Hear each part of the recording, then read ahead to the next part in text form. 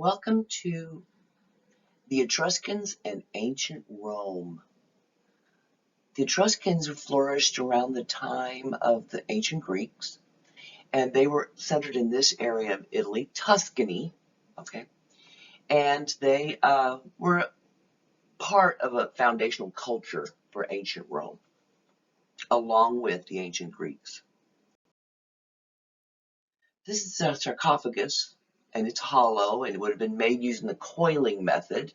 So it's hand-built, made out of clay, and it would have kept the remains of this dead couple after they had died. You'll notice that they both have the archaic smile that they borrowed from the ancient Greeks, and you'll see that they're enjoying themselves on this divan like they would be at a feast. Right? Women in Etruscan society held special privileges and power.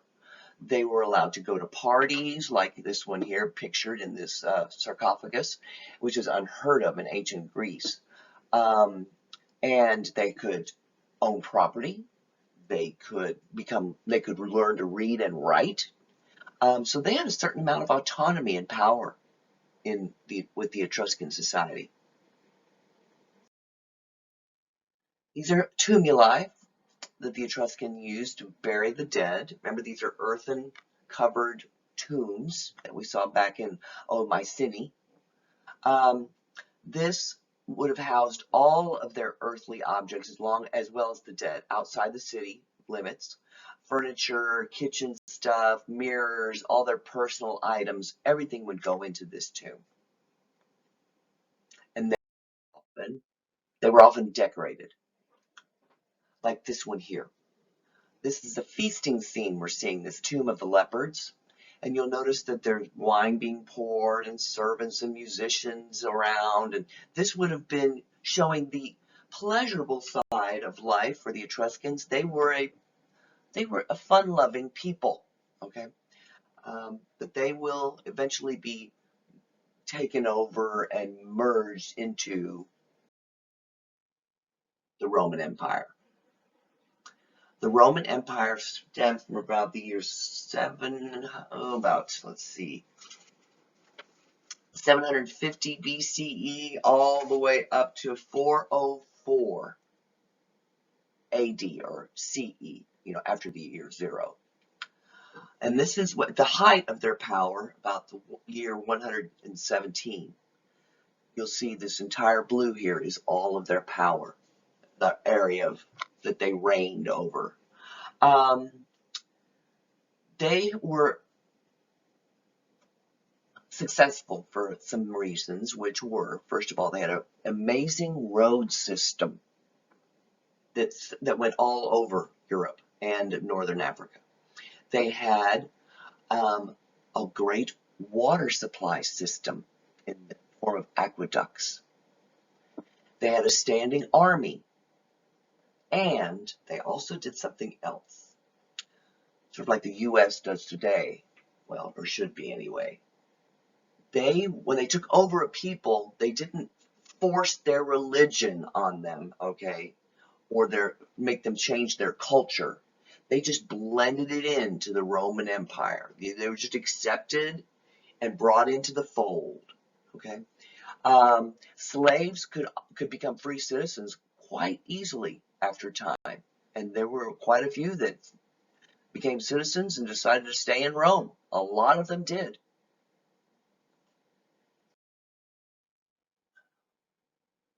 Roman art takes most of its inspiration from ancient Greece. Okay. So there's some Etruscan influences, but really and truly, ancient Greece is going to be their cue artistically. And they're also going to use the Greeks, well, kind of not surprising since they took them over. They're taking their belief system as well in all the pantheon of gods. They're going to change some of the names. Aphrodite becomes Venus, etc., etc. You're going to see a lot of name switching, but they're the same ideas, the same gods having the same powers. Another reason why Rome was so great at building things, especially aqueducts, was their use of concrete. They didn't invent it, but they perfected it. And they're going to use it to create their roads, their basilicas, their temples, their pantheons, their triumphal arches, everything. They're going to start with the arch. The two key words you'll need to know here are the keystone, which is the middle stone right in the middle of the top of the arch, and the voussoirs, which are the stones that make up the rest of the arch. They're going to take this arch and they're going to do some creative things with it. Like this. You're going to lengthen it and you get a barrel vault like in image A up here on the left. Or they're going to take two barrel vaults and cross them and you're going to get a groin vault like in image B here. C is a fenestrated, they don't have to worry about that particular term. That's just a lot of barrel vaults crossed over each other with the opening at the top. And you take an arch and you turn it and you create it 360 degrees around itself, you get a dome. And a lot of times they had an oculus, which is that hole in the center, because that would let in a lot of natural light.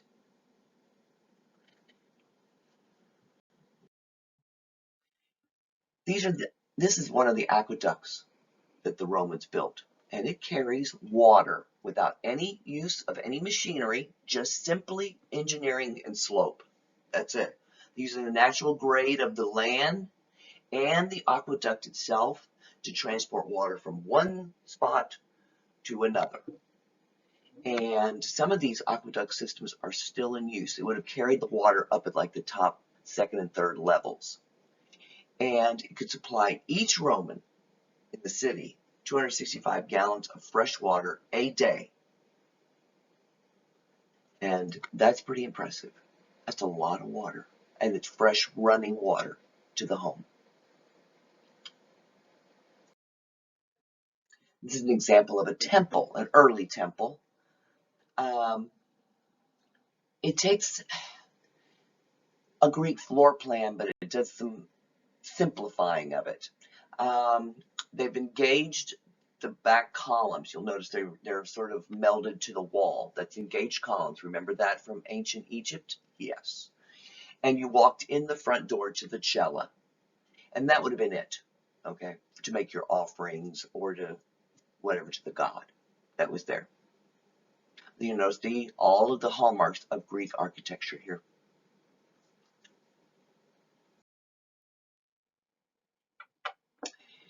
The Roman Empire started out actually the first 200 years as a king state, was ruled by a king. And then for about 300 years, it morphed into a senate, a democratic system, we're called a republic. And that lasted for almost 200 or 300 years. And it wasn't until about the year 100 and let's see, yeah, 100 to 50 BCE, sort of in transition there. The Senate starts to lose more power, the emperor starts to gain more power, that the actual empire began. So it was quite late on in Rome's history that we actually have the emperors that we all kind of know real well, whether it's Nero or Caligula or Claudius or Augustus Caesar, okay?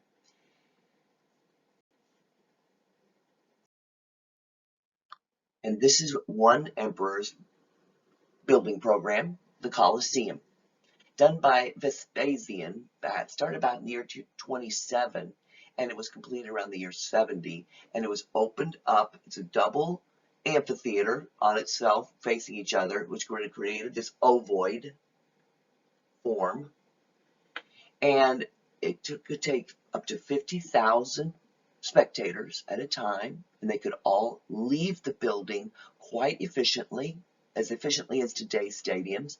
It had a retractable roof that they would furl in and out, uncurl, shall we say, in and out to cover, to kind of protect the spectators from the very hot Italian sun. The bottom tier has Doric columns.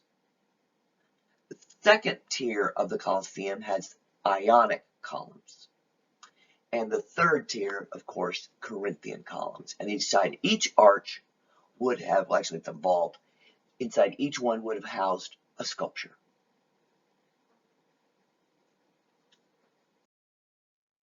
This is the Pantheon, which is a temple to all the gods, hence the word Pantheon.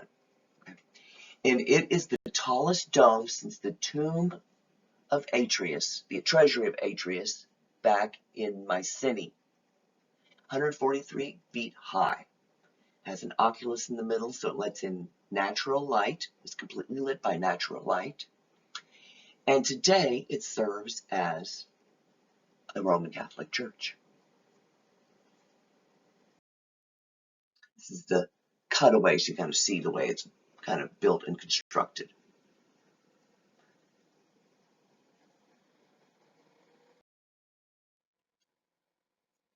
Roman sculpture takes its visual style from ancient Greece, but it does something quite different.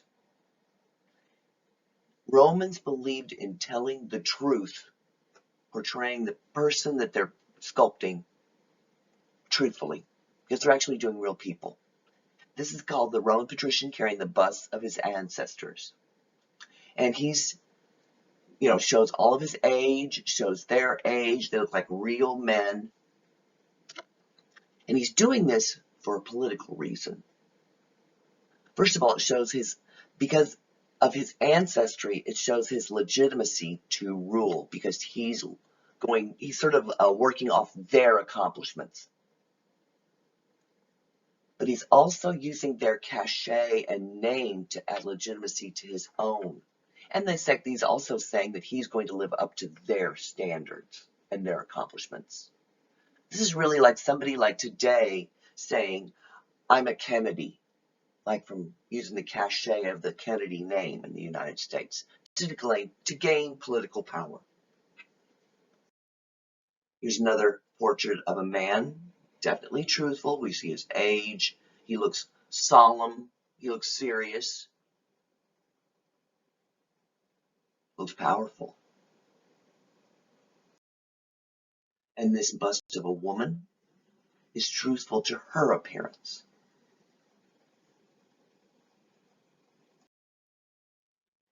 Here's the last piece of sculpture I think we're going to be talking about, and it's the Augustus of Prima Porta. This is a political statement. A lot of Roman senators and emperors make a lot of propaganda art about themselves, whether it's sculpture or in temples or in the sides of buildings, like in relief sculpture, or even in coinage. Here he is showing himself as the strong military leader. Augustus is. This is the first real Caesar after Julius Caesar is assassinated, leading his men to victory in battle when he was very successful as a military leader. And he shows himself looking sort of Greco-Romanly beautiful in a way. He's got the streamlined aquiline nose. He looks powerfully muscular. I don't know if this is really truth in advertising of Augustus physically. Okay, that's where the propaganda part comes in. It just makes him look strong and powerful as he raises his arm to lead his men to victory.